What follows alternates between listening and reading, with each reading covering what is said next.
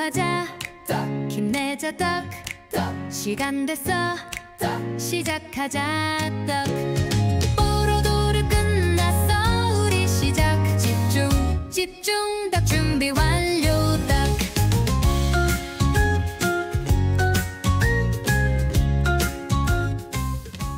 안녕하세요. 자, 오늘은 2028학년도 대입 개편한 이후에 고등학교 선택, 이거 참 고민 많으실 텐데요. 여러분께서 보내주신 자료들 보면서 이 변화의 어떤 핵심, 그리고 고등학교 선택 기준이 좀 어떻게 달라져야 할지 좀 깊이 있게 파고들어 보겠습니다. 특히 그 중학생 자녀 두셨거나 곧 고등학교 가야 하는 분들 오늘 꼭 들으셔야 해요. 예전에는 뭐랄까, 어느 고등학교 가냐, 뭐 특목고냐, 일반고냐, 아니면 분위기, 선행 뭐 이런 거 중요했잖아요. 근데 이제 좀 게임의 룰이 바뀌는 것 같아요. 바로 학교별 교육과정 자체에 주목해야 한다. 뭐 이런 이야기인데요. 오늘 저희 목표는 이 복잡한 변화 속에서 여러분께 가장 좀 명확한 길잡이가 되어드리는 겁니다. 자, 바로 시작해볼까요? 그동안은 아무래도 뭐 특목고나 자사고 실적 좋으면 가고 싶고 아니면 친구들 따라서 분위기 좋은데 뭐 이런 경향이 있었죠. 근데 이제 그게 다가 아니라는 말씀이시군요. 네, 맞아요. 물론 뭐 학교 유형이나 분위기 이것도 여전히 중요하죠. 근데 이제 가장 결정적인 차이는 그 개별 학교가 실제로 어떤 과목을 어떻게 운영하는지 바로 이겁니다. 우리가 흔히 말하는 일반고, 과학 중점고, 뭐 특목고, 자사고 이런 분류도 결국은 그 교육과정 차이에서 오는 거거든요. 근데 이제는 같은 일반고 안에서도 학교별로 그 차이가 훨씬 더 커질 수 있다. 이걸 좀 아셔야 해요. 아, 그렇군요. 그럼 구체적인 예를 좀 들어보면 더 와닿을 것 같아요. 예를 들어 과학고 생각하면 수학, 과학 비중 엄청 높고 진도도 빠르잖아요. 이게 딱 교육과정의 중요성을 보여주는 그런 사례일까요? 네, 정확합니다. 과학고는 아시겠지만 일반고 과정에다가 심화 과목까지 더해서 이걸 2년 안에 다 끝내야 하죠. 그러니까 수학, 과학에 대한 이해도나 학습 속도가 정말 뛰어나야 합니다. 이걸 잘 해내면 자연계열 최상위권 대학 가는데 유리하니까 소위 뭐 입시 명문 이렇게 불리는 거고요. 근데 여기서 또 주목할 변화가 있어요. 요즘 보면 과학고 조기 졸업이나 상급학교 조기 진학 자격 이 비율이 좀 줄고 있고요. 대입 전형 자체에서도 이런 자격을 좀 제한하는 움직임이 보입니다. 그러니까 예전처럼 과학고 2년 딱 마치고 바로 정시로 의대 간다. 이런 전략이 점점 어려워지고 있다는 거죠. 아, 단순히 그 학교 교육과정의 강점만 볼 게 아니라 입시 제도 변화까지 이렇게 맞물려서 봐야 되는 거군요. 복잡하네요. 그럼 여기서 이제 그 2022 개정 교육과정, 즉 고교 학점제 이야기가 나올 타이밍 같은데요. 이게 도입되면서 왜 일반고, 외고, 국제고, 자사고 선택이 더 신중해져야 하는 건가요? 어떤 영향을 주길래요? 네, 바로 그 지점입니다. 2022 개정 교육과정, 흔히 고교 학점제라고 부르죠. 학생들이 대학처럼 원하는 과목을 선택해서 듣는 시스템이잖아요. 취지는 참 좋은데 이게 현실적으로 좀 봐야 할 부분이 있어요. 한 학기에 꼭 들어야 하는 학점 기준 같은 게 있거든요.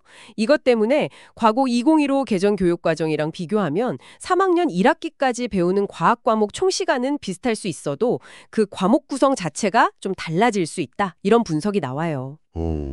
과목 총 시간은 비슷한데 구성이 다르다. 그건 예를 들면 어떤 차이인가요? 좀 헷갈리는데요? 예를 들자면요. 예전에는 3학년 때 심화된 IR2 과목 말고도 더 전문적인 고급 물리나 고급 화학 같은 과목 선택이 그래도 좀 자유로웠다면요. 고교 학점제 아래에서는 학점 이수 조건 때문에 이런 심화 과목 선택이 좀 어려워질 수 있다는 겁니다. 그러다 보니 결과적으로 배우는 내용의 깊이가 예전보다 좀 얕아 보일 수 있다는 거죠. 이게 이제 학생부 종합전형 같은 수시평가에서는 좀 불리하게 작용할 수도 있다. 이런 우려가 나오는 거고요. 아하, 그렇군요. 단순히 과목 숫자만 채우는 게 아니라 어떤 과목을 얼마나 깊이 있게 배우느냐, 이게 중요해진다는 거네요. 그래서 결국 핵심은 뭐 학교 이름이나 유형만 보고 딱 정할 게 아니라 그 각 학교가 실제로 어떤 교육과정을 짜서 운영하는지 이걸 꼭 봐야 한다는 그 말씀이시죠? 네, 맞습니다. 바로 그겁니다. 이제는 정말 교육과정 편제표 이걸 꼼꼼히 보셔야 해요. 이게 뭐냐면 학교가 각 학년, 학기별로 어떤 과목을 개설하고 운영하는지 보여주는 일종의 공식 문서 같은 거거든요.